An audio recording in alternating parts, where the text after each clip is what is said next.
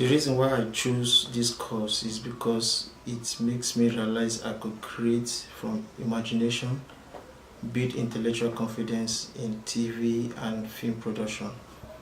The course has a lot to do with creativity and technical skill for post-production process using softwares for editing like Adobe Premiere Pro.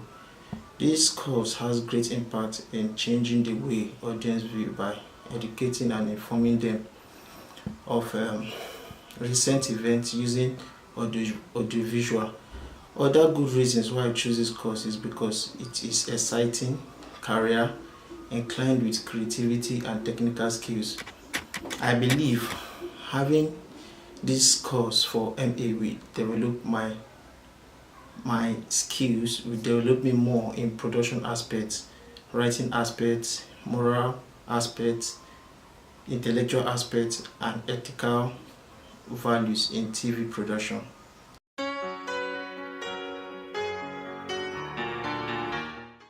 Well, I remember in my year 2 as an undergraduate, TV and film production gave me an insight on various elements of TV production. The elements that will be relevant to this course are in 3 stages, which include majorly the production team, the pre-production team, the post-production team. The production team, which comprises of the producers, the director, the writer, the actor and actress, coupled with technical crew, are responsible for developing, executing ideas, planning and budgeting. Here, the production manager is responsible for overall production elements, including handling of equipment and crew, while production designer is responsible for constructing the set innovatively. The second one is the pre-production team, which has a lot to do with the production manager, the director and casting director. During this pre-production, meetings, locations are assigned and are decided upon. Script is reviewed, the cast is finalized and scheduled to show how prepared it is. Then lastly is the post-production team, which are or the need here mostly deals with completion of filming by the video editor. It has lots to do with technical skills applied using softwares. The TV production is an interesting and unique course. The practical experience of TV production I enjoyed most is post-production aspects. The job here requires skillful use of technical skill using software like the Adobe Premiere Pro, the Photoshop, After Effects to edit raw footage. An advert video copy, which I personally did or edited for my group at undergraduate studies, made me really proud in wanting to study this course for an MA. This gave me the opportunity to develop myself and how to handle camera on stage for possible shooting. The use of this equipment really helped me in learning and creativity, and creating good effects of make-believe is a mind-blowing thing, and I love it with passion. Yeah.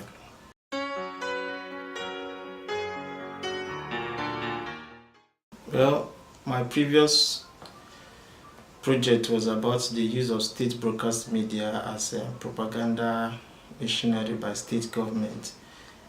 A case study of IBTC Owerri, Imo State, Nigeria. The focus was on to investigate 3 major work and citation of the broadcasting system in Nigeria using IBTC Owerri as a case study. The use of propaganda, the use of political power by politicians, and the brown envelope. Based on critical theory of Stuart Hall, the two reveals the means by which the rich in the society gain the willing support of the poor to maintain their status quo. The study used empirical method, observing the 5 chapters structure arrangement, which each chapter assigned a specific role to play for the overall process of producing a reliable result.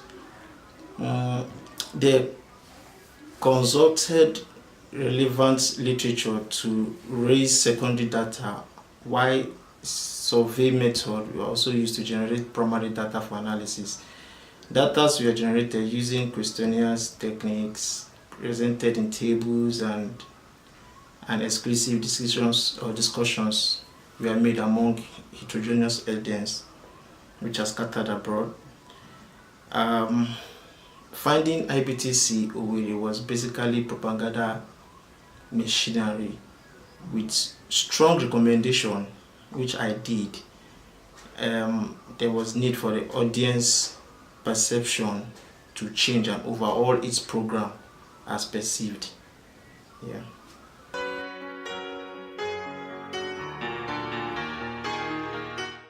The course has so much to rely upon. The course will develop me more on professional standards of directing, editing, camera operation, and other skill needed. Secondly, for business purpose, the course will make me establish my own TV station in Nigeria, producing exciting film and television content, just like the Silverbird here in Nigeria, with the latest techniques for TV and film performance. Thirdly, to also gain analytical skill that will allow me to imaginate and flourish in professional and industrial environment. Fourthly, it will help me also to assess professional standards of single and multi-camera facilities from outset.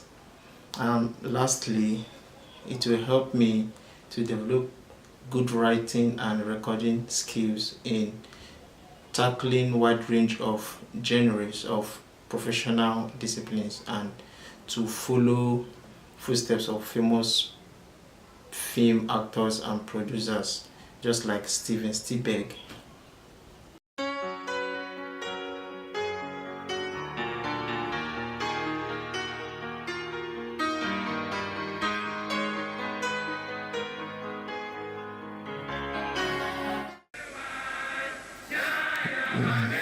The agitation for freedom began right from the inception of the Civil War.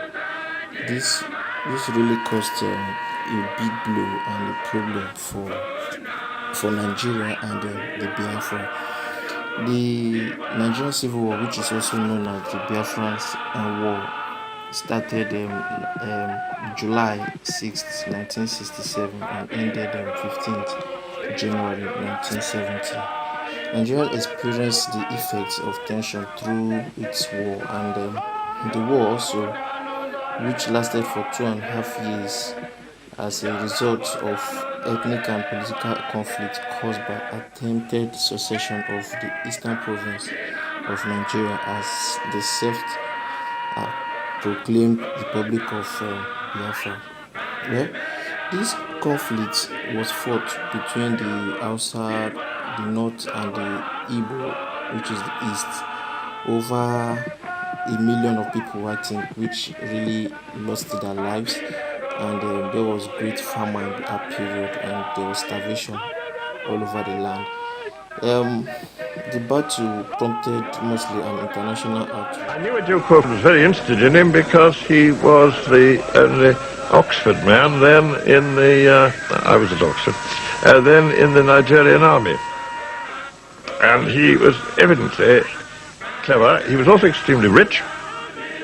He was certainly very ambitious.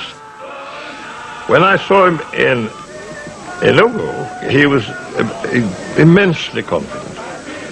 The only thing that worried him, he said, that he was afraid the government would declare a blockade of the east. The government in Lagos would declare a blockade of the eastern region, and that this would affect his trade.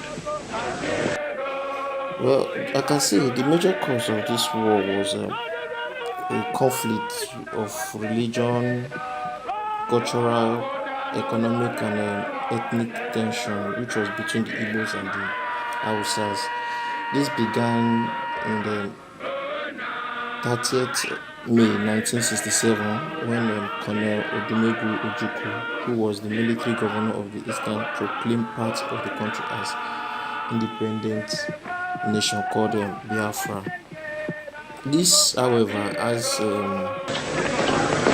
during the war, we had to rely on ourselves totally. We were under total blockade. We had nothing. Whatever we did, we produced ourselves. And again, different people showed they were heroes, every one of them. Today, the rise of a secessionist group movement for the actualization of sovereign state of Biafra, MASOB, and indigenous people of Biafra have been carrying out protests to secure Radio Biafra director Nnamdi Kanu and asking for self-determination. The protests had gone from peaceful to violent at different points and lives have been lost. But the Nigerian government has continued to detain Kanu, who holds both Nigerian and British citizenship. According to UN law, the people asking for self-determination are within their rights to do so. But the Biafra situation is a bit different. The people of the region are not united in the cause. Several Igbo leaders who witnessed the 1967 civil war are also mostly against independence. Besides, this familiarity of familiar people who has this history of Biafra have at different times pointed out a huge difference between Odumegu Ojukwu's agenda and the present agenda.